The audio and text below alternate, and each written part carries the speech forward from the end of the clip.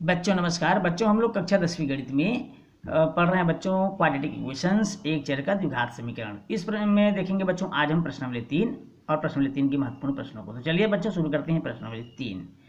प्रश्न नंबर 3 में पहला प्रश्न है, समीकरण को पूर्ण वर्ग विधि से हल कीजिए। पूर्ण वर्ग विधि बच्चों यह विधि मोस्ट इंपॉर्टेंट भी है और थोड़ा सा पेचीदा भी है, और अगर समझ में आ गया तो इससे सरल विधि कोई सा भी नहीं, इसलिए ध्यान से इस विधि को समझिएगा और उसके बाद फिर आप सवाल बनाने कर बार बार प्रैक्टिस करिएगा, ये सरल हो जाएगा।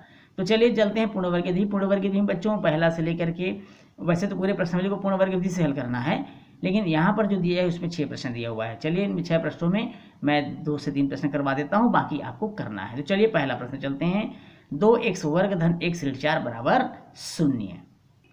इसमें पहला प्रश्न है बच्चों, 2x वर्ग धन x ऋण 4 बराबर 0।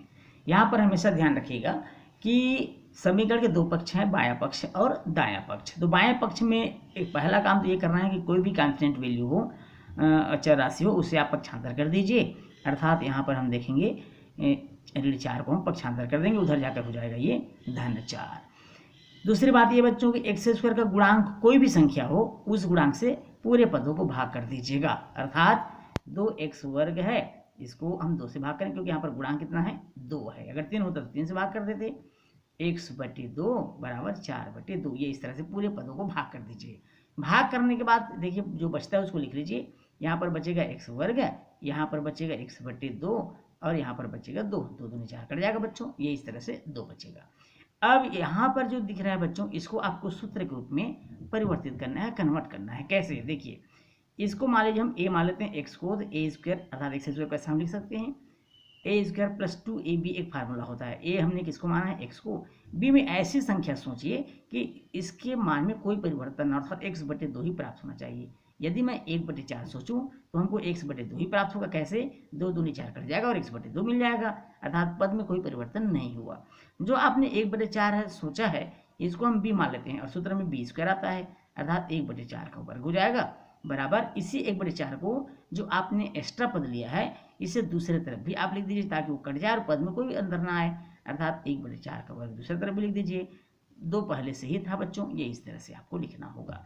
अब यहाँ पर ध्यान से देखिए, इस लाइन को ध्यान से देखने से हमको समझ में आ रहा है, एक फार्मूला लग गया।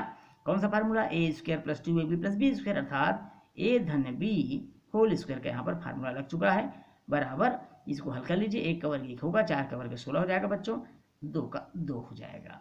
अब यहाँ पर देखिए इसको हल कर लीजिए, इसको वैसा ही रहने दीजिए, x धन 1/4 होल स्क्वायर बराबर। अब इसको जब हल करेंगे तो 16 उत्तम आ जाएगा, 1 16 दूनी 32। अब आगे क्या होगा बच्चों, इसको एक बार और लिख लेते हैं, 32 और 1 33 हो जाएगा। x धन 1/4 होल स्क्वायर को पक्षांतर कर देंगे, इधर हो जाएगा कैरड़ी में 32 और 1 33, 33/16। अब आपको पता है बच्चों 33 का वर्गमूल नहीं होता लेकिन 16 का होता है, अर्थात x धन 1/4 बराबर 33 करड़ी में ही रहेगा, जबकि 16 का वर्गमूल हो जाएगा 4। अब यहाँ पर 1/4 है बच्चों, इसको आप पक्षांतर कर दीजिए और वर्गमूल निकालने के बाद हमेशा प्लस माइनस में ही लिखना है आपको। किसमें लिखना है, प्लस माइनस में, धन और ऋण में। x बराबर हो जाएगा प्लस माइनस करड़ी 33/4 ऋण 1/4, क्योंकि 1/4 को आपने क्या कर दिया है, पक्षांतर कर दिया है। अब यहाँ पर 2 चिन्ह है प्लस और माइनस, इसलिए एक बार आपको प्लस लेना पड़ेगा और दूसरी बार माइनस लेना पड़ेगा। तो चलिए हम प्लस चिन्ह लेते हैं। प्लस चिन्ह लेने पर बहुत ध्यान समझिएगा बच्चों, प्लस चिन्ह लेने पर जब हम प्लस चिन्ह लेंगे तो इसको इस तरह से लिखा जाएगा, धन करड़ी 33/4 ऋण 1/4। अब इन दोनों का लघुत्तम 4 आएगा बच्चों, कितना आएगा, 4। अब यहाँ पर लघुत्तम 4 लिख लीजिए। लघुत्तम 4 लिखने के बाद ऊपर में क्या बच जाएगा, करड़ी 33 ऋण 1 बच जाएगा बच्चों। अब यहाँ पर देखिए करड़ी 33 ऋण 1/4 में ये ऊपर नीचे किसी को विभाजित नहीं कर रहा है, इसको आप चाहें तो आगे पीछे व्यवस्थित करके भी लिख सकते हैं या ऐसे रहने दीजिए। कैसे व्यवस्थित करेंगे, ऋण 1 को पहले लिख दीजिए, करड़ी 33 को बाद में लिख दीजिए /4, और ये हमारा हो जाएगा पहला आंसर। अब दूसरा है माइनस चिन्ह, क्योंकि वहाँ पर प्लस माइनस था तो प्लस माइनस में प्लस ले लिया है, माइनस लेंगे। ऋण चिन्ह लेने पर, ऋण चिन्ह लेने पर जब हम ऋण चिन्ह लेंगे तो इसको इस तरह से लिखेंगे बच्चों, ऋण करड़ी 33/4 ऋण 1/4।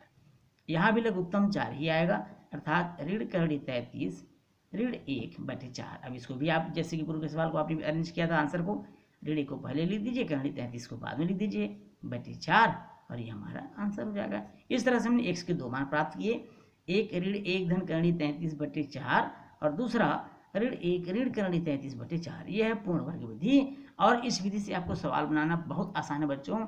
एक दो जगह है जहाँ पर दिक्कत हो सकता है, वो कौन कौन सी जगह है एक बार और समझा देता हूँ आपको। इनके नियमों को ध्यान समझिएगा। सबसे पहला काम, यहाँ पर कोई भी अचर राशि नहीं होना चाहिए, ट्रांसेंडेंट वैल्यू ना हो, ऋण 4 को आप पक्षांतर कर दीजिए, पक्षांतर कर दिए। दूसरी बात, एक्स स्क्वायर का कोई भी गुणांक हो, गुणांक ना हो तो कोई दिक्कत नहीं, अगर गुणांक है तो उसे आप भाग कर दीजिए। जैसे कि यहाँ पर गुणांक 2 था, हमने 2 से पूरा पदों को भाग कर दिया। भाग देने के बाद जो हमको प्राप्त हुआ बाएं पक्ष और दाएं पक्ष है, तो बाएं पक्ष को एक सूत्र के रूप में आपको बनाना है। यहाँ पर सूत्र आपको वही इस्तेमाल करना है जो इससे पहले आप पढ़ चुके हो। सूत्र आपने क्या क्या पढ़ा था बीजगणित का, 2 सूत्र आपको बताया गया था बच्चों, 3 सूत्र बताया गया था। जिसमें पहला सूत्र था a² + 2ab + b² बराबर a + b होल स्क्वायर, ऐसा एक सूत्र आपको बताया गया।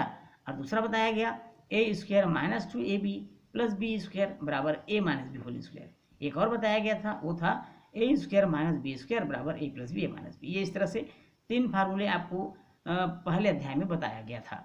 अब इन तीनों में से दोनों फार्मूले का इस्तेमाल आपको ज़्यादा होना है इस प्रश्नावली में, तो इन दोनों फार्मूले के रूप में आपको तोड़ना है बच्चों। ये दोनों फार्मूले के रूप में, तो हमने ये चूंकि प्लस में था इसलिए हमने इसको प्लस वाला फार्मूला अर्थात पहले फार्मूले के रूप में इसको हमने तोड़ दिया, ये इस तरह से a² + 2ab + b²। अब ऐसा हमने इसलिए ऐसा तोड़ा ताकि वो फार्मूला के रूप में बन जाए। और दूसरा ध्यान ये रखना है कि जब इसको हम तोड़ें तो पद में कोई अंतर नहीं आना चाहिए, पद में कोई बदलाव नहीं होना चाहिए। यदि पद बदलता है तो आपने जो गुणनखंड किया है वो आपका गलत है। उसी प्रकार फिर उसको आगे हल किए तो यहाँ पर एक दिक्कत और हो सकती है, वर्गमूल लेते समय हमेशा ध्यान रखना है प्लस माइनस। अगर आपने वर्गमूल लिया और प्लस माइनस का ध्यान नहीं रखा तो वहाँ पर भी एक त्रुटि हो सकती है, तो आपको प्लस माइनस का भी ध्यान रखना है। और जैसे कि पूर्ण वर्ग विधि आपने सूत्र विधि अभी हल नहीं किया है शायद, तो सूत्र विधि में जो सूत्र बताया गया था आपको इस पाठ के पहले भाग में, तो वहाँ पर का सूत्र इस्तेमाल करना है, वहाँ पर भी प्लस माइनस का इस्तेमाल करते हैं। तो उसी तरह यहाँ भी प्लस का पहले प्रयोग करेंगे और बाद में माइनस का प्रयोग करेंगे। वर्गमूल हमेशा प्लस माइनस में ही आपको लेना है, इस बात का ध्यान रखिएगा। प्लस चिन्ह लेने पर और उसके बाद माइनस चिन्ह लेने पर, और जो आंसर प्राप्त होंगे वही इस प्रश्न का आंसर है, और जो बनाएंगे उस प्रश्न का आंसर होगा। तो चलिए चलते हैं एक और प्रश्न की ओर। अब इसमें हम चलते हैं बच्चों चौथा प्रश्न की ओर, क्योंकि चौथा प्रश्न करणी में दिया हुआ है और आपके लिए दिक्कत ना हो इसलिए चौथा प्रश्न को हल करते हैं। x² - 4x + 6 = 0। अब यहाँ पर सबसे पहला काम बच्चों हम क्या करते हैं, जैसे पूर्व वाले में हमने देखा था कि अचर पद को पक्षांतर कर देते हैं, अर्थात हम पक्षांतर कर देंगे x² ऋण 4 कर्ण 2x बराबर हो जाएगा ऋण 6। अब यहाँ देखिए दूसरा पहला काम तो हो गया, दूसरा काम क्या था, x² को एक गुणांक से भाग करते हैं। यहाँ पर कोई गुणांक है क्या, बिल्कुल नहीं। और जब गुणांक ना हो तो आपको ये जो बायां पक्ष है इसको फार्मूले के रूप में लाना है, बीजगणित के सूत्र के रूप में लाना है। तो कैसे, चलिए इसको तोड़ते हैं। a को हम मान लेते हैं x अर्थात a² - 2ab, a में हमने x माना, b में ऐसी संख्या सोचिए कि जिसका गुणा कर दें भाग कर दें तो पद में कोई अंतर नहीं आना चाहिए। तो 2 कर्ण 2 हम सोच लेते हैं। क्या आपने सोच लिया 2 कर्ण 2, ताकि हम गुणा करेंगे तो यही हमको प्राप्त हो जाएगा। जो आपने b में सोचा है बच्चों, b का स्क्वायर आप कर दीजिए इस तरह से जैसे कि सूत्र में आता है। और जो पद आपने सोचा है उसको दूसरे तरफ भी लिखना है, अर्थात ऋण 6 तो पहले से था, धन 2 कर्ण 2 होल स्क्वायर आपको दूसरे तरफ भी लिखना है। अब आगे बढ़ते हैं। यहाँ पर a² - 2ab + b² का फार्मूला लग गया, अर्थात a - b होल स्क्वायर का यहाँ पर फार्मूला लग रहा है बच्चों। ये इस तरह से फार्मूला लगा दीजिए, बराबर ऋण 6 तो दिया हुआ था प्लस 2 का वर्ग 4 होता है और कर्ण 2 का वर्ग 2, तो 4 दूनी हो जाएगा 8। कितना हो जाएगा, 8 हो जाएगा। 1 ऋण 2 कर्ण 2 होल स्क्वायर इक्वल 8 में 6 घटा दीजिए बच्चों, 2 बचेगा। अब यहाँ पर जो वर्ग है उसे पक्षांतर कर दीजिए, तो ये इस तरह से हो जाएगा, कर्ण 2 हो जाएगा, वर्गमूल हो जाएगा। 2 का वर्गमूल तो होता नहीं, तो इसको प्लस माइनस में आप लिखेंगे, जैसा कि पहले बताया गया था। वर्गमूल कभी भी निकालें तो उसको प्लस माइनस में लिखेंगे। अब हम चलते हैं प्लस चिन्ह की ओर। कौन सा चिन्ह, प्लस चिन्ह। ध्यान समझिएगा बच्चों, प्लस चिन्ह लेने पर, जब हम प्लस चिन्ह लेंगे तो कैसे लिखेंगे। प्लस चिन्ह लेने पर x ऋण 2 कर्ण 2 बराबर धन कर्ण 2, ये इस तरह से आप लिख लेंगे। पक्षांतर कर देंगे तो यहाँ पर प्राप्त हो जाएगा धन कर्ण 2, फिर ये धन हो जाएगा बच्चों, प्लस हो जाएगा 2 कर्ण 2। 2 कर्ण 2 में 1 कर्ण 2 जोड़ देने से हमको मिल जाएगा 3 कर्ण 2। 3 कर्ण 2, ये एक मान आपको प्राप्त हो गया है धन चिन्ह लेने पर। इसी प्रकार आपको लेना है ऋण चिन्ह।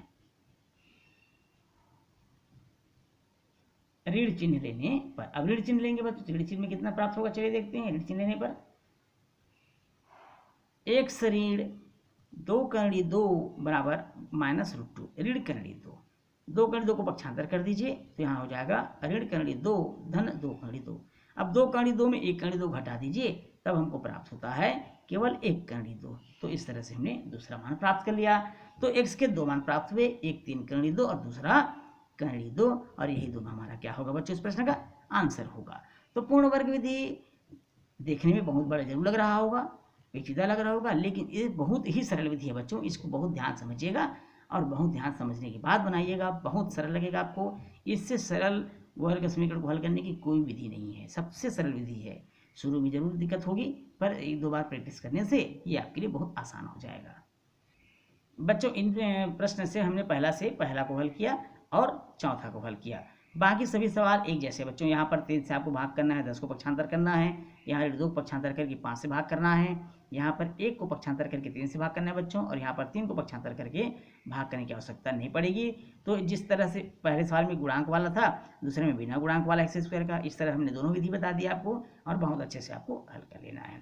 तो ये बाकी जो प्रश्न है आपके लिए होमवर्क रहेगा बच्चों, इसको बहुत अच्छे से समझिएगा, बनाइएगा। जहाँ दिक्कत हो वहाँ पर कमेंट करके पूछिएगा। तो चलिए आज की क्लास में बस इतना ही। वीडियो अच्छा लगे तो वीडियो को लाइक और शेयर करिएगा बच्चों, और चैनल में नए हैं तो चैनल को सब्सक्राइब करना बिल्कुल नहीं भूलिएगा बच्चों। आपसे फिर मुलाकात होगी अगली क्लास में, तब तक के लिए नमस्कार।